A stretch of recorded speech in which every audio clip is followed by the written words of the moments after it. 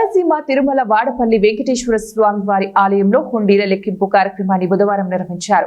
శ్రీ విశ్వేశ్వర స్వామి వారి ఆలయ హుండీల నుంచి మొత్తం 1,19,58,204 రూపాయలు ఆదాయంగా లభించింది. అన్నప్రసాదన హుండీల నుంచి 22,58,603 ఆదాయం లభించింది. మొత్తం 28 రోజులకు గాను 1,42,16,807 రూపాయలు ఆదాయంగా లభించినట్లు డిప్యూటీ కమిషనర్ నల్లం సూర్య చక్రధరరావు తెలిపారు.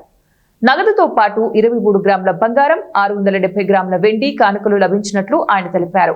మొత్తం 10 దేశాలకు చెందిన 46 విదేశీ కరెన్సీ నోట్లు సైతం లభించినట్లు తెలిపారు. హుండీ లెక్కింపునకు పర్యవేక్ష అధికారిగా అమలాపురం దేవాదాయ శాఖ అధికారి, అసిస్టెంట్ కమిషనర్ వి సత్యనారాయణ, తనిఖీదారుగా TVSR Prasad, D Satish Kumar, Gopalapuram group 3 దేవాలయాల అధికారులు తదితరులు వ్యవహరించారు.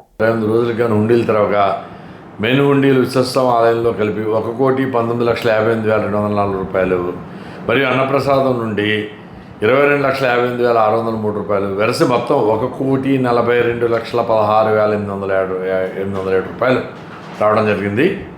అలాగే 23 గ్రాముల బంగారం, 670 గ్రాముల వెండి రావడం జరిగింది. అలాగే 10 దేశాల నుండి 46 విదేశీ కరెన్సీ నోట్లు కూడా రావడం జరిగింది. ఇందులో మరి